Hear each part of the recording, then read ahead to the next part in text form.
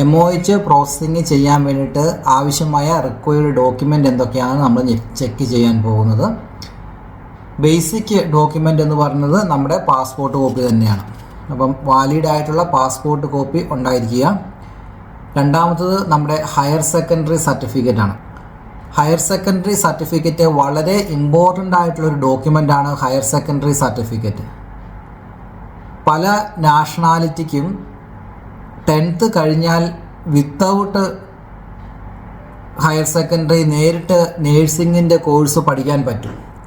Philippines നാഷണാലിറ്റികൾ, Nepal നാഷണാലിറ്റികൾ, African നാഷണാലിറ്റികൾ അവർക്കൊക്കെ 10th കഴിഞ്ഞാൽ direct nursing പോലെയുള്ളൊരു professional course പഠിക്കാൻ പറ്റുന്നുണ്ട്. പക്ഷേ അങ്ങനെയുള്ള സർട്ടിഫിക്കറ്റുകൾ അങ്ങനെ പഠിച്ചത് കൊണ്ട് നമുക്ക് വാലിഡ് അല്ല. UAEയിൽ MOHൻ്റെ പ്രോസസ്സിങ് ചെയ്യണമെങ്കിൽ higher secondary certificate, that means +2 certificate mandatory ആയ ഡോക്യുമെൻ്റാണ്. ഈ +2 സർട്ടിഫിക്കറ്റ് ഇല്ലാണ്ട് നമുക്ക് മുന്നോട്ടേക്ക് പോയി കഴിഞ്ഞാലും ഒരു കാരണവശാലും UAE MOHൻ്റെ ഇവാലുവേഷൻ സർട്ടിഫിക്കറ്റോ DHAൻ്റെ എലിജിബിലിറ്റി ലെറ്ററോ ഹാദിൻ്റെ പ്രോസസ്സിങ്ങോ സൗദിൻ്റെ പ്രോസസ്സിങ്ങോ ഒന്നും നമുക്ക് ചെയ്യാൻ പറ്റില്ല.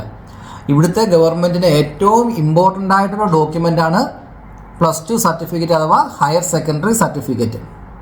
അപ്പോൾ അത് വളരെ ഇമ്പോർട്ടൻ്റ് ആണ്. നിങ്ങൾ എപ്പോഴും ശ്രദ്ധിക്കേണ്ട ഒരു പോയിൻ്റാണ്.